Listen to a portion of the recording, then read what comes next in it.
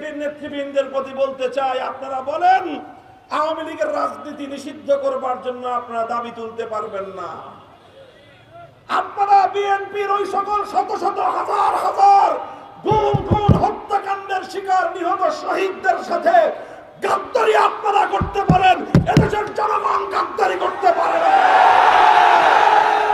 সকল শহীদের বিচার হওয়ার আগ পর্যন্ত আওয়ামী লীগকে বাংলাদেশের ৫৫,০০০ বর্গ মাইলের কোথাও রাজপথে নামতে দেওয়া হবে না। এগুলো আমাদের স্পষ্ট বক্তব্য। আমরা নির্বাচন এবং সংস্কার প্রশ্নে আমাদের বক্তব্য পরিষ্কার করেছি। আগে প্রয়োজনীয় সংস্কার হতে হবে। সংবিধান সংস্কারের যে উদ্যোগ গ্রহণ করা হয়েছে সেই উদ্যোগ অনুযায়ী ৭২-এর বাকশালী সংবিধান বাতিল করে ব্যাপক সংস্কারের মাধ্যমে আগস্ট বিপ্লবের চেতনার আলোকে নতুন করে সংবিধান সংস্কার করতে হবে। সেই সংস্কার করার পরে নির্বাচন ব্যবস্থার আমূল পরিবর্তন আনতে হবে।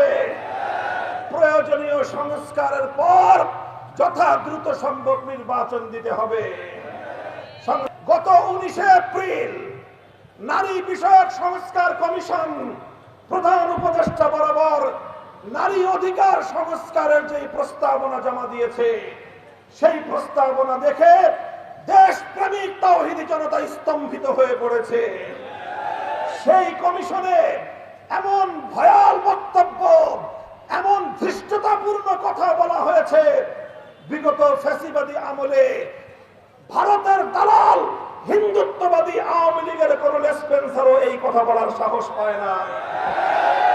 কুলাঙ্গাররা বলে বাংলাদেশের নারী পুরুষের মধ্যে বৈষম্যের প্রধান কারণ হলো ধর্মীয় উত্তরাধিকার আইন এবং ধর্মের পারিবারিক আইন।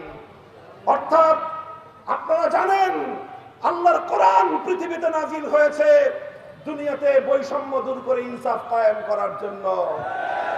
আর এই তসলিমা নাসরিনের উত্তরসূরি তার প্রেতাত্মা নারী কমিশনের সদস্যরা তারা বলে যে কোরআনের বিধানের কারণেই নারী পুরুষে বৈষম্য তৈরি হয়েছে। এই আস্পর্ধা তাদেরকে কে দিল?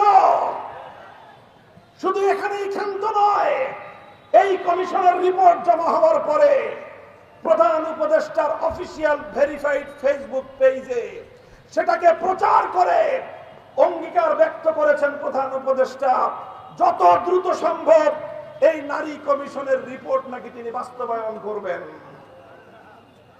আমরা ডক্টর ইউনূস সাহেবকে বলি, এদেশের তাওহীদি জনতা আপনাকে সমর্থন দিয়ে যাচ্ছে, কিন্তু মনে রাখবেন এ সমর্থন নিঃশর্ত সমর্থন নয়। আপনি যদি আল্লাহর কোরআনের বিরুদ্ধে দাঁড়িয়ে যান, আপনাকে মঞ্চ থেকে ক্ষমতার গদি থেকে উৎখাত করতে এতটুকু হৃদয় কাঁপবে না আমাদের। কোরআনের বিরুদ্ধে পদক্ষেপ গ্রহণ করলে আপনার পরিণতি শেখ হাসিনার চেয়ে ভিন্ন কিছু হবে না। আমরা পরিষ্কার ভাষায় বলতে চাই, ইসলাম নারীকে সমান নয় বরং পুরুষের চেয়ে অগ্রাধিকার প্রদান করেছে। আবার বলছি, ইসলাম নারীকে অগ্রাধিকার প্রদান করেছে। বাংলাদেশের আবহমান কাল থেকে চলে আসা সকল নারীরা ইসলাম প্রদত্ত, আল্লাহ প্রদত্ত অধিকার নিয়ে তারা সন্তুষ্ট আছে।